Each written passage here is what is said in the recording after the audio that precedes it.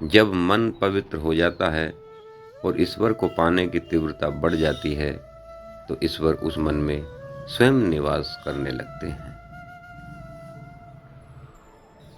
एक बार एक व्यक्ति बहुत दुखी होकर स्वामी रामकृष्ण परमहंस जी के पास आया और बोला, महाराज, आप कहते हैं कि संसार में रहकर भी ईश्वर को प्राप्त किया जा सकता है, लेकिन मैं तो रोज ईश्वर को पुकारता हूँ, परंतु मन को कोई सुकून ही नहीं मिलता। ऐसा क्यों है? स्वामी जी ने कहा, ईश्वर को पाने के लिए निरंतर सत्संग और प्रार्थना करनी चाहिए।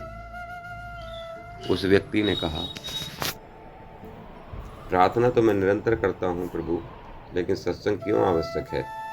स्वामी जी ने समझाया, जिस प्रकार तुम अपने सुंदर से बगीचे को जानवरों से बचाने के लिए उसके चारों ओर झाड़ियों की बाड़ खड़ी कर देते हो, उसी प्रकार सत्संग भी तुम्हारे मन को विकारों से दूर रखता है।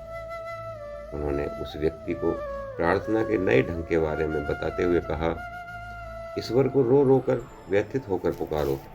रो रो कर पुकारने से मन का मैल धुल जाता है।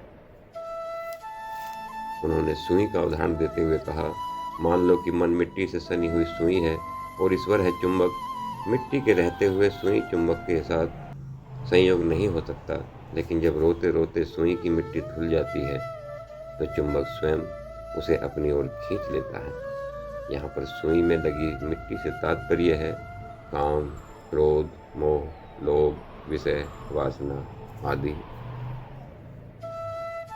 स्वामी जी की बात सुनकर उस व्यक्ति की जिज्ञासा का समाधान हो गया।